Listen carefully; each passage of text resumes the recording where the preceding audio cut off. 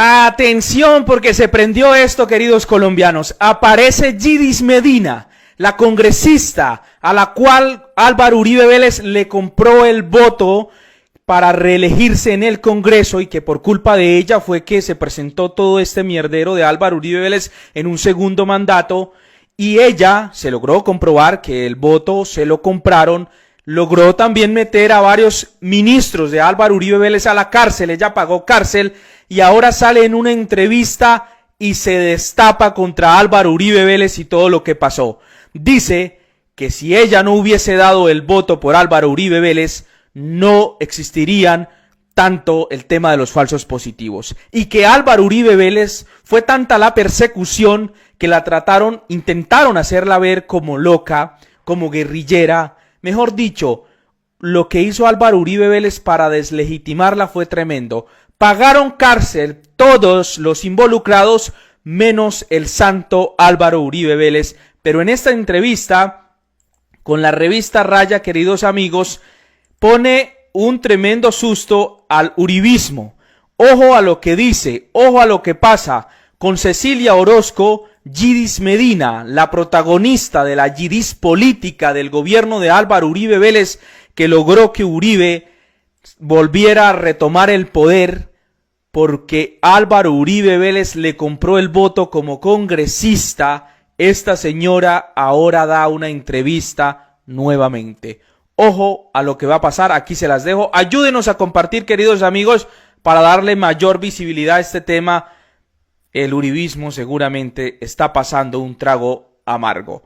Aquí los dejo con esto. No olviden dejar su like y compartir. Soy Cecilia Orozco. Bienvenidos al podcast de la revista Raya. Hoy con Yidis Medina, una persona que tal vez algunos de ustedes no conocen o no se acuerdan de su nombre o de ella, pero que fue el centro político de este país hace 21 años y que pasó por un proceso dificilísimo de enfrentamiento con el gobierno muy poderoso de aquella época, el segundo gobierno de Álvaro Uribe Vélez. ¿Por qué la he llamado a ella para que converse con nosotros? Porque acaba de salir una sentencia, última posibilidad de que se revirtiera una condena contra dos altos funcionarios de ese gobierno, la directora del DAS, María del Pilar Hurtado, y el secretario general, Bernardo Moreno.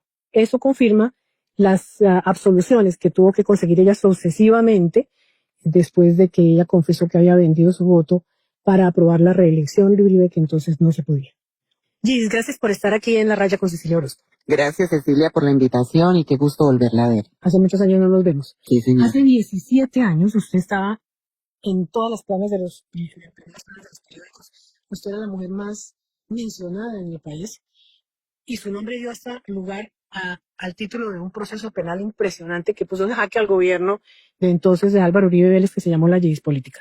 Para las personas que no se acuerdan de lo que pasó, cuéntame brevemente qué fue lo que la involucró usted en ese proceso. Pues cambiar un artículo de la Constitución Política que favorecía al expresidente Álvaro Uribe para hacer de nuevo la reelección, para reelegirse como presidente.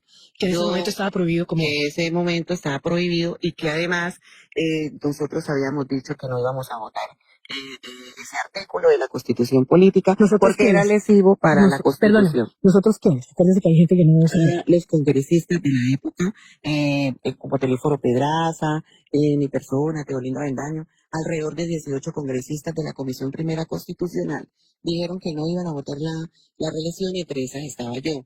El gobierno prende sus alarmas y cuando las prende empieza a hacer ofrecimientos y a llamar a los titulares de las credenciales porque Teolindo y Yidis Medina eran segundos renglones. Yo, en el caso mío, ya era un segundo renglón de la curul de Iván Díaz Mateos. Es decir, usted era representante a la Cámara, pero no titular, sino que usted estaba en reemplazo del titular que era Iván Díaz Mateos, fue condenado después. Sí, yo era el reemplazo de él. Entonces, el gobierno envía a todos sus ministros para que por favor rescaten esa reelección porque ya se iba a vencer el plazo y tenía que ser aprobada en la Comisión Primera Constitucional. Entonces se aprueba en el año 2004, el 4 de julio, en la madrugada, cuando todo Colombia estaba durmiendo, el señor Álvaro Uribe mandó todos sus ministros a que se llevaran a Teolindo, a que me convencieran a mí. Iván Díaz Mateos también vino y dijo, no puedes botar las llaves de Palacio al Mar, por favor, yo te dejé aquí, este tiempo que te dejé es para que tú hagas lo que yo diga, lo que yo diga. Y entonces ahí empezó una tremenda guerra entre el uribismo y los que no querían que pasara la reelección en ese momento de Álvaro Uribe Vélez. Vi muchas cosas aterradoras. Yo venía de una provincia de Barranca Bermeja, de Santander, y pues yo nunca había estado en el Congreso de la República y veo pues tulas de plata, veo ofrecimientos. ¿En el propio Congreso? En el propio Palacio de Nariño. Me trataban a mí, me llevaban y me encerraban ahí con Sabas Pretil de la Vega, Ministro del Interior. el ministro del Interior de la época, y con Iván Díaz, que nunca se me despegó, para que por favor votara. Hicieron todo lo A favor de la reelección, hicieron todo lo que tenían que hacer y presentaron impedimentos, recusaciones, y el señor Navastalero fue quien puso la denuncia ante la Corte Suprema de Justicia. Otro representante que era un representante, creo que en ese momento, del Polo Democrático. Sí, señor. Y él dijo, no, esto no puede pasar por alto. Aquí a ella la obligaron, la forzaron, pero ella cometió un error y tiene que pagarlo. Y ahí se abre el proceso en la Corte Suprema de Justicia,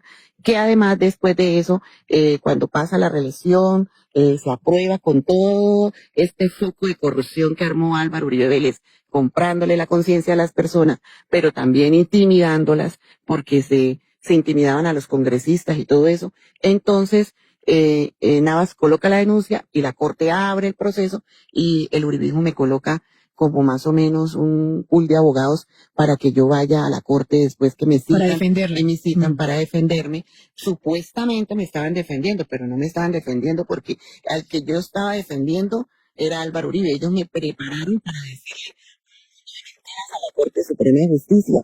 Y la Corte Suprema de Justicia hizo un inhibitorio. En ese inhibitorio pues pasó un tiempo. ¿Quiere decir que la declararon a usted las fronteras? No, o sea, lo dejaron como en un congelador, en un stand-by. Entonces, en ese instante, pues, pasan un tiempo, pero yo iba a Palacio, iba con Teolindo, y resulta que yo siempre oía una frase de los que estaban al frente del gobierno de Álvaro Uribe, en este caso puntual, Bernardo Moreno. Ellos siempre decían, entonces secretario general. El secretario general decía, es que, Gis, puede pasar un accidente y usted puede terminar muerta. Y lo mismo decía Iván Díaz Mateo. Entonces, eso me llevó a mí a que yo buscara cómo proteger mi vida, porque yo ya empecé a ver que yo había cometido un error, pero que además estaba metida en un gobierno totalmente peligroso, que tenían esos con gente que era peligrosa. Entonces, por eso decían que no pueden contar lo que pasó, Teolindo ni Gis. Y un pequeño corte, Gis, y continúa con su historia. Usted era representante en el momento en que había que votar si pasaba el proyecto de reelección presidencial o no. Sí. Usted estaba en contra de votar sí. O sea, usted iba en contra de la reelección. Que no la llamaron y la compraron, compraron su voto. Sí. Tal cual. Sí. Y usted votó sí. Y a partir de eso empiezan a presionarla para que no diga nada. Sí, así. Muy bien. Entonces, ¿qué pasó? Entonces, cuando me empezaron a amenazar, entonces yo había tenido ya contactos con un medio de comunicación de acá del país, y yo dije, bueno, yo voy a dejarle esta prueba a alguien para que si me pasa algo, por lo menos Colombia sepa por qué me pasó. Entonces yo le dejé una grabación con las pruebas de todo al periodista Daniel Coronel. Y él la guardó. Transcurrieron 4 años más, en el 2008.